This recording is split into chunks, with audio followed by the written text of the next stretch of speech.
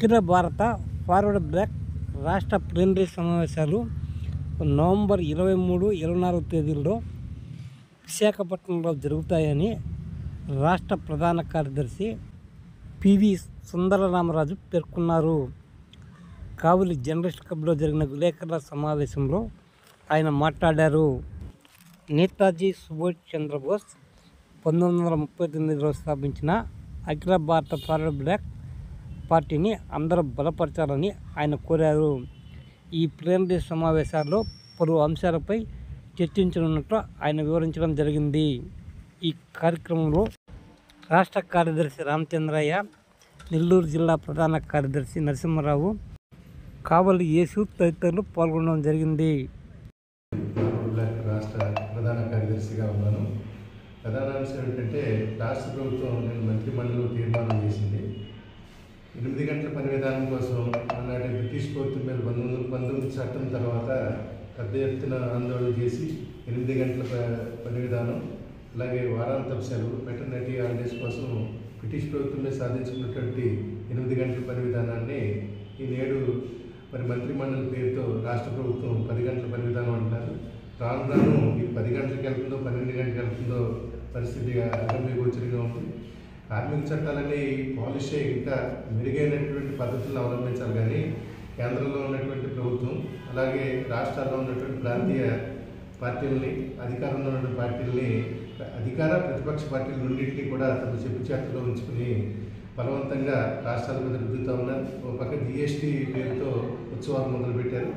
America లాంటి దేశాల్లో 3% కూడా లేని జిఎస్టీని పేపరు, కాగితం, కోడిగుడ్డు, తర్వాత మెడిసిన్ అన్నింటి మీద కూడా మరి 28% నుంచి 32% వరకు జిఎస్టీ విధించారు. ఇప్పుడు దాంట్లో ఏదో రెమెడీ ఇస్తున్నాం, జిఎస్టీకి తగ్గించామని చెప్తా ఉన్నారు. అలాగే అకౌంట్లో 15 లక్షల రూపాయలు ప్రతి అకౌంట్కి 11 వేస్తున్నారు. ఈ రోజున అలాంటి పరిస్థితి ఎక్కడా లేదు. అలాగే ఈ పెంచడం ఎందుకు, తగ్గించడం పరిస్థితి ఉంది. అలాగే పెట్రోలు, డీజిల్ మీద కూడా రాష్ట్రం 40 రూపాయలు, కేంద్రం 40 రూపాయలు కూడా లూటీ చేస్తూ ఉన్నారు డబ్బులు కూడా. ఇలాంటి పరిస్థితులు నడుస్తున్న తరుణంలో మరి ఇంకా ఉన్న కార్మికుల్ని రెన్యూల్ చేసుకోవాలి, కొత్తగా ఉద్యోగ అవకాశాలు కల్పించడం. అంటే వాళ్ళు ఎన్నికల్లో ప్రకటించిన మేనిఫెస్టో ప్రకారంగా కోట్లాది ఉద్యోగాలు కల్పిస్తూ ఉంటారు.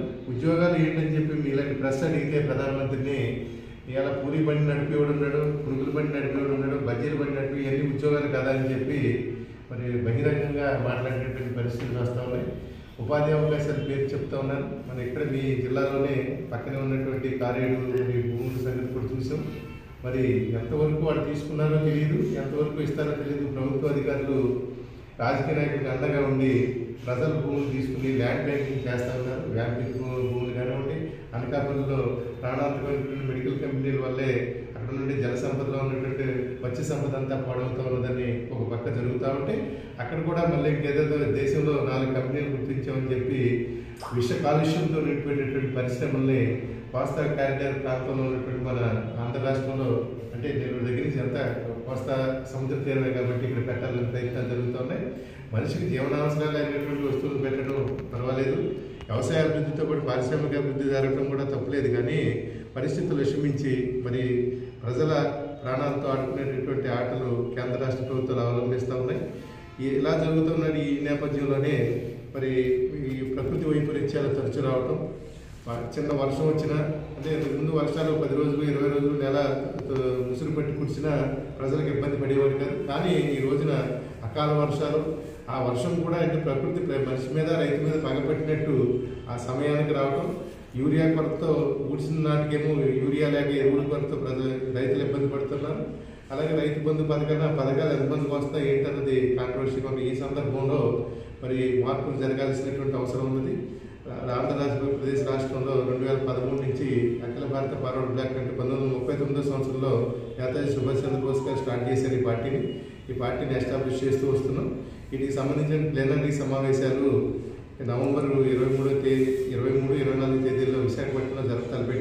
ఆ సందర్భంగా వివిధ జిల్లాల్లో వచ్చి, అలాగే మనకు సంబంధించినటువంటి పార్టీ క్యాడర్లు, కార్మిక సంఘాలు, రైతు సంఘాలకు సంబంధించినటువంటి వారితో ఇంటర్నల్ గ్రూప్ మీటింగ్లు నిర్వహిస్తున్నాం. ఈ సందర్భంగా ప్రశ్న కూడా రిప్రజెంట్ చేసి ఈ విషయాన్ని ఈ ఎన్నిటికీ కూడా కేంద్ర రాష్ట్ర ప్రభుత్వాలు అవలంబిస్తున్న విధానాలకు వ్యతిరేకంగా ఒక నూతన కార్యాచరణ తీసుకుని ప్రత్యామ్నాయ రాజకీయాలని మరి ఇప్పుడున్న రాజకీయ పార్టీలన్నీ కూడా మీరందరూ చూసి ప్రత్యామ్నాయ రాజకీయం నేతాజీ ఈ దేశానికి స్వతంత్రం తెచ్చిన వ్యక్తిగా ఆ నేతాజీ బాణీలో ఈ దేశంలో ఒక ప్రత్యామ్నాయాన్ని అలాగే రాష్ట్రంలో కూడా ఒక ప్రత్యామ్నాయాన్ని తీసుకురావాలి. ధనరహితమైనటువంటి ఎన్నికల ఖర్చు లేనటువంటి రాజకీయాలని ప్రజల ముందుకు తీసుకురావాలనే ఉద్దేశంతో మా పార్టీ కార్యాచరణ ప్రారంభమైందని చెప్పి ఈ సందర్భంగా తెలియజేస్తూ ఉన్నాను. అలాగే నరసింహరావు గారు ఈ జిల్లా కార్యదర్శిగా ప్రధాన కార్యదర్శిగా ఉన్నారు మా పార్టీకి. అలాగే రాష్ట్ర కార్యదర్శిగా టి రామచంద్రయ్య గారు మన రాష్ట్ర కార్యదర్శిగా ఈ జిల్లాకి ఇన్ఛార్జిగా పనిచేస్తున్నారు. అలాగే ట్రేడ్ యూనియన్ నాయకులుగా మరి కావలి ఏఎస్ గారు పనిచేస్తున్నారు.